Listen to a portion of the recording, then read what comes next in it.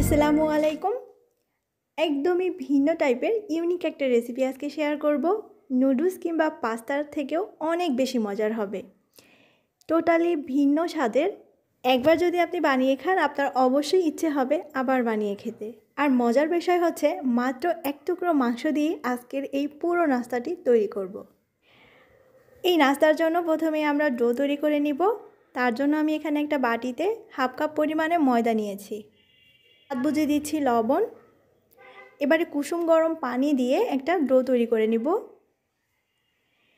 মোটামুটি টাইট টাইপের হবে ডোটা। অল্প অল্প করে পানি দিয়ে খামিটা তৈরি করে নিয়েছি। এবারে হাফ চামচের মতো তেল দিয়ে রেস্টে রেখে দিচ্ছি এক সাইডে। এখানে আমি নিয়েছি মুরগির বুকের এক টুকরা মাংস। দেখে নিশ্চয়ই বুঝতে পারছেন এখানে মাংসের পরিমাণটা কিন্তু মোটেও বেশি না। আর এই এক টুকরা মাংস দিয়ে এই রেসিপিটা যথেষ্ট হয়ে যাবে। এই মাংসের টুকরোটা আগে ভালো করে ধুয়ে নিয়েছি আর তারপরে ছোট ছোট টুকরো করে এবারে চপ করে নিয়েছি। আপনি চাইলে এটা ব্লেন্ডারে কিমাও করে নিতে পারেন। এক কোয়া রসুন চপ করে দিয়ে দিয়েছি, আপনি চাইলে রসুন বেটেও দিতে পারেন। এখানে আমি অল্প করে কালো গোলমরিচের গুঁড়ো দিচ্ছি, সেই সাথে দিচ্ছি 1 টেবিল চামচ সয়া সস। সয়া সসে যথেষ্ট পরিমাণে লবণ থাকে, তাই এখানে আর অতিরিক্ত লবণের কোনো দরকার নেই। এবারে সব কিছু একসাথে মিক্স করে এক সাইডে রেখে দিচ্ছি। এবারে আমরা যে খামিটা তৈরি করে রেখেছিলাম এই খামিটা আগের থেকে অনেকটাই সফট হয়ে গিয়েছে। এবারে রুটির মতো করে বেলে নিব, যতটা সম্ভব পাতলা করে বেলতে হবে। এরপরে একটু স্ক্রিনে লক্ষ্য করুন এটা কিভাবে করে কেটে নিচ্ছি। রুটিটা যে একদম কাগজের মতো পাতলা করে বেলেছি তা না, মোটামুটি আমরা রুটি যেভাবে করে বেলি ওইরকম হলেই হবে। ছোট ছোট টুকরো করে কেটে নিব অনেকটা স্কোয়ার শেপের মতো। এরপরে চিকেনের পুর থেকে খুব সামান্য পরিমাণে পুর দিয়ে দিচ্ছি এভাবে করে। পুর কিন্তু বেশি দেওয়া যাবে না, তাহলে আবার ভাজ করতে অসুবিধা হবে। এবারে একটু লক্ষ্য করুন আমি এই ভাজটা কিভাবে দিয়ে দিচ্ছি, খুবই সহজ, একটু লক্ষ্য করলে বুঝতে পারবেন। প্রথমে এই চার কোণায় সামান্য পরিমাণে পানি লাগিয়ে নিলাম আর তারপরে এভাবে করে ভাজ দিয়ে নিচ্ছি।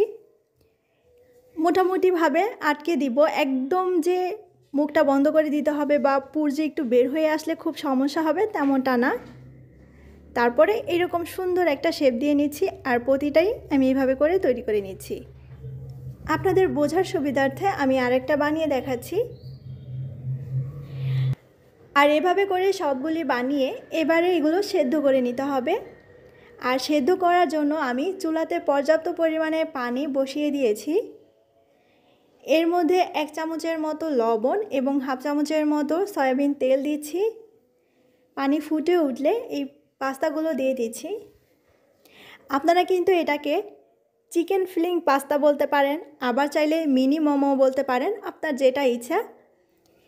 কী নাম দিলে বেশি সুন্দর হয় কমেন্টে জানাতে পারেন। আমার মোটামুটি 4-5 মিনিটের মতো সময় লেগেছে এগুলো সেদ্ধ হতে। আর তারপরে পানি থেকে তুলে আর একবার ঠান্ডা পানি দিয়ে ধুয়ে নেব। আর তারপরে এগুলো রান্না করার জন্য আমি কড়াইতে 1 টেবিল চামচের মতো তেল দিয়ে দিচ্ছি। তারপরে দিচ্ছি 1 টেবিল চামচ রসুন কুচি। এখানে একটা কথা বলে রাখি, আপনারা কিন্তু এগুলো সাধারণ নুডলস বা পাস্তা যেভাবে রান্না করেন সবজি ডিম এসব দিয়ে সেভাবেও রান্না করতে পারেন, তবে আমি খুব সিম্পলভাবে দেখাচ্ছি, এভাবেও খেতে অনেক ভালো লাগে, এভাবেও আপনারা ট্রাই করে দেখতে পারেন। রসুন এবং কাঁচামরিচ হালকা ভেজে নিলাম। এবারে আমি 1 টেবিল চামচ সয়া সস এবং 2 টেবিল চামচ টমেটো সস দিয়েছি। তারপরে দিচ্ছি ধনেপাতা কুচি এবং সেদ্ধ করে রাখা এই পাস্তাগুলো দিয়ে কিছু চিলি ফ্লেক্স দিয়ে দিচ্ছি। 1 মিনিটের মতো সময় নিয়ে সব কিছু একসাথে মিক্স করে নিলেই হয়ে যাবে। এই পাস্তাগুলো অনেক বেশি তুলতুলে আর ভিতরে চিকেনের পুর অসম্ভব মজার খেতে। অবশ্যই বাসায় বানিয়ে খেয়ে দেখবেন, ইনশাআল্লাহ অনেক বেশি ভালো লাগবে। ভালো থাকবেন সবাই, আল্লাহ হাফেজ।